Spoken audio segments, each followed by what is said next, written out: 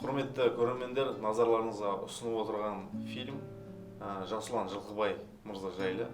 Енді ол кісінің өмірін естіп отырып, біраз жастар, жалпы біздің өзімізде мысалға үлгі алдық, кәдімгідей осындай да тағдыр беріліпті ғой деп, бірінші естіген кезде кәдімгідей денеміз тітіркеніп, көзімізге жас келіп, әрең тыңдадық. Содан кейін бір ой келді. Неге осыны бір фильм қылып түсіріп, сіздердің жалпы көпшіліктің назарына ұсынбасқа деген. Мінекей фильміміз жарық көріп, егер сіздерге ұнап жатса, біз өте қуаныштымыз.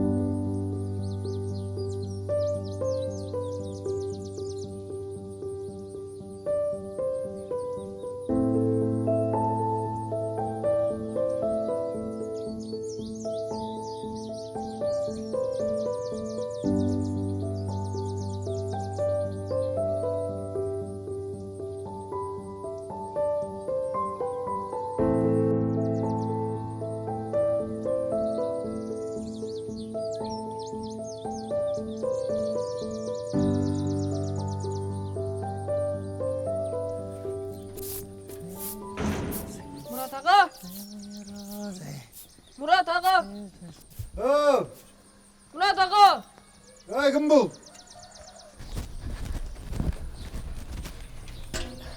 Assalamualaikum Murat ağa. Aleykümselam. Алдында айтып едіңіз ғой, темірдің келісін 3 тиын алам деп. Арғы ауылдан 15 келі темір әкелдім. Аласыз ба? Арғы ауылдан алып келе жатқаның өтірік шығар енді. Менде темір жеткілікті балам. Оның үстіне алатын ақшам да жоқ қазір. Бұл енді сен көңіліңе қарап берсең, бір тиыннан алып қалайын келесің. Жарайды аға. Маған нанға жетсе болды. Өлшемей ала беріңіз, тура 10 келі. Қойым, мына жерде 10 келі шықпайды. Қазір мен қалтамда қанша бар екен көрейінші қазір. Өз менде 5-ақ тиын қапты. Берсең, осыны берейін. Жарайды.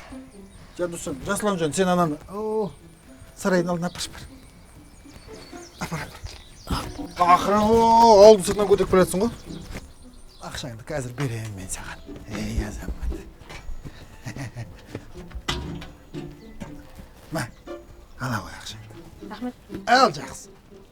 Белые розы, белые розы, беззащитный шипат.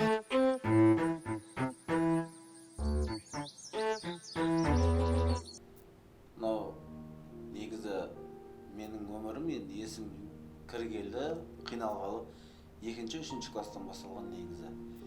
Рабат ауылында тұрам. Қазығұрт ауданы. Үйдің қасында дәу трасса бар. Қыр болып келген трасса бар. Трассаның ар жағында мусор, короче. Жап жақын. Қырға ары қарап асып кетесің да. Темір, алюмин, мыс дегендер теріп алып, бірақ ол сонша алюмин, мыс бәрін тергенмен, темір тергенмен, оны мен өзіме жұмсамай, только үйге нан, тамақ апаруға ғана қолданатын, только солай болатын. Енді 2-3 класс бала жинаған, кішкентай бала үйіп жинамайды ғой, по-любому 1 кило, 2 кило, 3 кило. Ол кездегі ақша, шын айтқанда, тек нанға ғана жететін негізі. Нанға ғана жететін. Темір 1 теңгеден, енді алюмин, мыстар есімде емес ше. Темір 1 теңгеден болатын. Назарбекке, қойш. Сен тағы да келдің бе? Бар. Қарызға нан берілмейді. Бар аяқы бойына. Назарбекке, мен негізі ақшам бар. Алғанша? 5 теңге жартынан бері аласыз ба? Сонда сен 5 теңге жартынан береді деп ойлайсың ба? Бар, миымды қатырмай бар. Кетші бар. Жасұлан? Ей, Жасұлан! Ей, тоқта деймін саған, сабаққа неге келмейсің? Жасұлан! Сен барғана шешеңе айтып мектептен шығарту керек. Көргенсіз оңбаған десе. Ақбота, Шешең қайда? Жоқ. Немене бөлен ан дүкендерің жау. Бүкіл ауылды аштан қатырайын деп бердіңдер? Жоқ әлде ауылдағы жалғыз дүкенбіз келмегенде қайда барады деп тұрсыңдар ма? Жоқ, әпше. Басқа. Сізге қалдырамыз ғой. Жүріңізші кеттік, жүріңіз. Бәсе? Жүр алмаған. Наның бар ма? Сол күннен бастап мотивациялатын бір үлкен бір жағдай болған. Бір күні 3 күн болған тамақ ішпей келеді. 3 күн есептеңіз. 3 күн қатты тамақ ішпегем, нан жемегем. 3 күннен кейін қар болды. Мұсырға барып терейін десем, қар бар. Ол қардың астында ішінсе тер алмайсың ма? Сөйтіп 5 километр, ровно 5 километр Ташкентская трассаның бойында ол жақ сәл қарлар сәл еріп тұратын негізі жолдың шеттерінде. Сол жаққа барып терейін, әрі алысқа барсам, үлкен сондай еңбек болса, Аллах береді ғой, көп береді ғой деп, кішкентай кезімде сол кезде мен сондай нәрсеге сенетім. Сөйтіп 5 километр жаяу барам. Сол жаққа барып, тура трассаның бойына түскен кезде татуай джекпот болғаны бір 4-5 метр жүрген кезде кішкентай андай мысың ұшы шығып тұрады жапырақтардың арасынан. Ана біраз жатқан мыс тағы. Бер ұстап бер тартқан суырған кезде мынандай қалыңдық мыс 10 кило шығады ғой. Менің ең үлкен джекпотым ол кішкентай кезімдегі. Оны аламда қуанып кетем. Енді трассаға түскен ғой теруге. Сразу сумкаға салдым. Обратно шықтым. Барып өткізіп бір от души бір жарым апта мусорға бармай өмір сүрген бар сол кезде ше.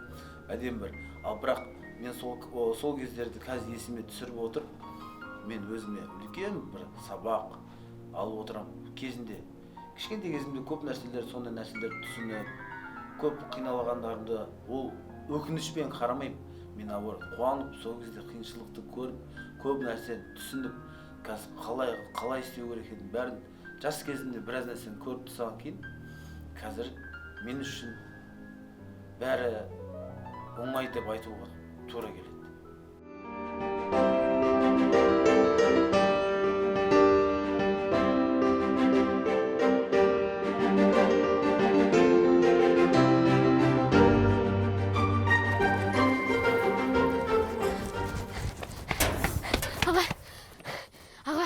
Өтініш жаппай тұрыңызшы. Жаппаған емес, мен ауылдың шетінде тұрам, мусор тастау керек, уақыт жоқ. Аға, мусорыңызды өзіме тастай саламын, күтіп тұрыңызшы тек. Өтініш аға, күте тұрыңызшы, кетпеңізші. Айналайын. Ана қоқыс төгіп алмашы. Айыппұл төлеуге шама жоқ, Қай ауылдың баласы? Біздің ауылдың баласына ұқсамайды ғой.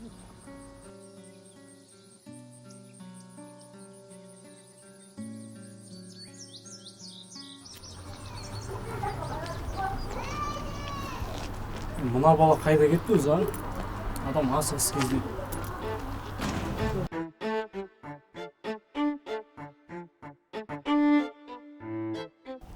Інім! Қаяқтасың? Қоқысты төккен сияқты ма? Балақай?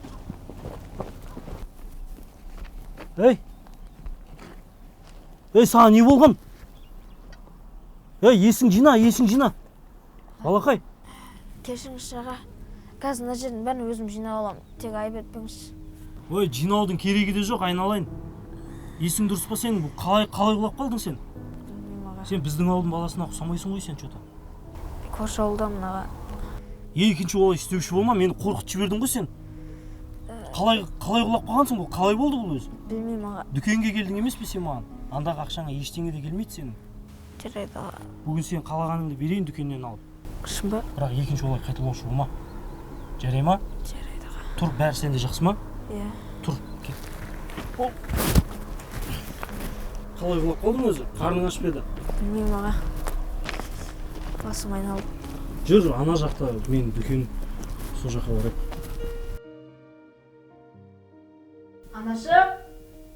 Анашым! Мен келдім. Қайсыздар? Қан ашып кетті ғой? Не болды? Балам-ау, мынаның бәрін қайдан алдың? Темір өткіздім.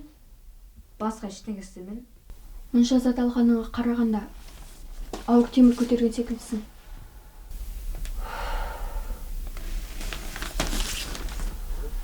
Балам, бүгін үйге Замира апайың келіп кетті. Сенің сабаққа бармай жүргеніңді айтты. Бұлай мектепке апталап бармайтын болсаң, мектептен шығарып жіберуі мүмкін, балам. Анашым, менің мектепке барғым келмейді. Жасұлан, келе оқыл.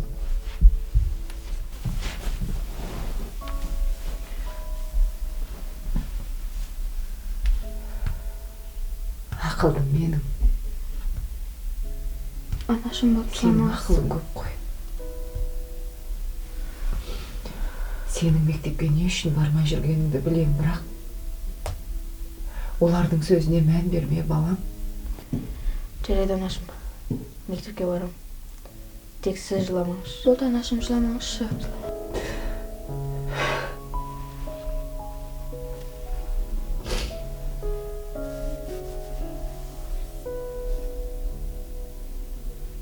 анашым, жыламаңызшы. Анашым, болды. Бәрі жақсы болады.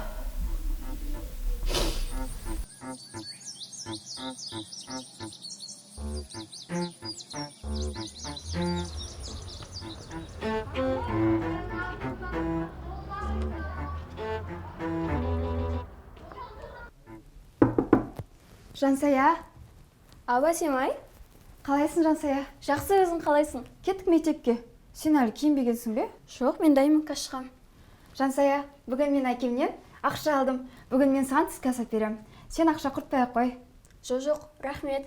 Маған кеше інім түнде ақша берген. Көңіліңе рахмет. Айтпақшы, мен кеше сенің ініңді көрдім. Кеше кешке маған қолын бұлғады да кетіп қалды. Асығыс қой өзі. Иә, өзі таң атысымен шығады да кеш батысымен үйге келеді. Ас алып келдім деп келеді. Ол сенің інің ағаңдай болып кеткен. Кеше ғана кішкентай бала еді, өсіп қалған өзі. Иә, ол біздің қамқоршымыз. Ал ендеше кеттік сабаққа. Анашы, мен сабаққа бара жатырмын. Сабақ біте салысымен үйге келемін. Інің мен сенің ұйықтап жатыр ма? Иә, оям кетпей тұрған тез кетейік. Жүр кеттік.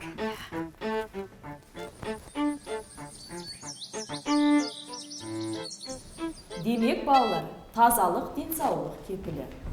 Біз салауатты өмір сүру үшін міндетті түрде таза жүруіміз керек. Сонда біздің денсаулығымыз мықты болады. Және де біз көп шынығуымыз керек. Мектеп қабырғасына келгеннен кейін ұқыпты болып жүреміз. Шаштарымыз жуулы, тырнақтарымыз алдыңғы болу қажет. Мынау тұрған аппақ жағаларың тап-таза болу керек. Түсінікті ме барлықтарға? Жарайсыңдар. Ал, старсты Мажан, тұр орныңда. Барлығын тексеріп шықтың ба? Барлық бала тап-таза. Тек Омаровтың жағасы кір екен. Омаров, тұр орныңнан. Кешіріңіз, апай, енді қайталанбайды. Омаров. Ұят емес пе мынау? Ана Ақботаның дүкені бар емес пе? Арамыздағы ең жағдайы түзу өздерің. Арман, ұят қой мынау.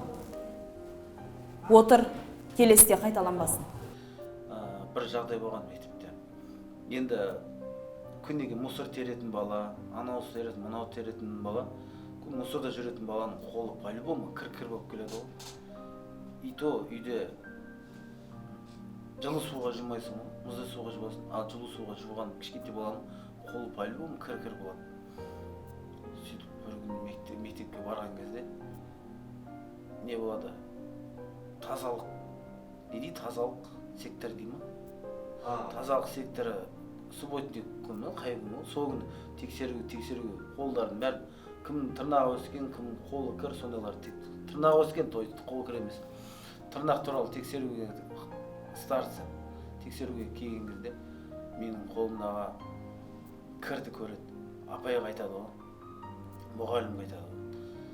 Апай, Жасұланның қолы датовы қатты кір екен дейді. Сөйтеді мұғалім келеді. Жасұлан, неге қолың кір дейді. Мен қолым, мен кетіргенім осы болды апай деген кезде. Кетіретін үйінде сабыны жоқ екен. Оқушылар Жасұланға ақша жинап берейік сабынға дейді ғой. Тем более кішкентай балаға. Ал, Кешіріңіз, апай, кірсем бола ма? О, Жасұлан, қош келдің біздің мектепке. Иә, кел. Сенің анаңа хабарласу керек екен ғой, біздің мектепке арнайы келуіңіз үшін. Бері кел. Иә. Бүгінгі сабаққа кітап дәптерлерің түгел ме? Жасұлан, мен саған айтып тұрмын, тілің жұтып қойдың ба? Апай, Жасұланның қолы кір екен. Тырнағы да алынбаған. Қане? Көрсетші маған. Жасұлан, көрсет. Көп кішкентай болып маған қарсыласайын дедің бе? Мұнда жүр. Міне балалар, көрдіңдер ме? Жасұлан қолдарын жумай, тырнақтарын алмай келген. Неге? Өйткені Жасұланның үйінде сабын жоқ. Ендеше барлығымыз бірге Жасұланға сабынға ақша жинап береміз. Түсінікті ме барлықтарыңа? Жасұлан, тоқта кәні! Жасұлан! Ей! Тынышталыңдар. Қазір мен барып келем. Бірде біреу шулайтын болсаңдар, жандарыңды шығарып, түсінікті ме? Қарашым. Жасұлан! Тоқта деймін саған. Дәурен, Замира апай Жасұланға қатты айқайлап қойған жоқ па? Енді ой келмесін, таза болып келсін, намысқа тырсын деген ғой. Замира апай негізі жақсы адам. Ой бір мая, анамның ашпесі болғандықтан осылай мақтап отырсың ғой. Келе жатыр. Мынау Жасұлан емес пе жаңағы үй өртеніп жатқан? Дәл осы ғой. Жеңіл ол көзіңмен ауыр келер қолдан бәрі. Көңіл бозып кетсем дейді көздегеннен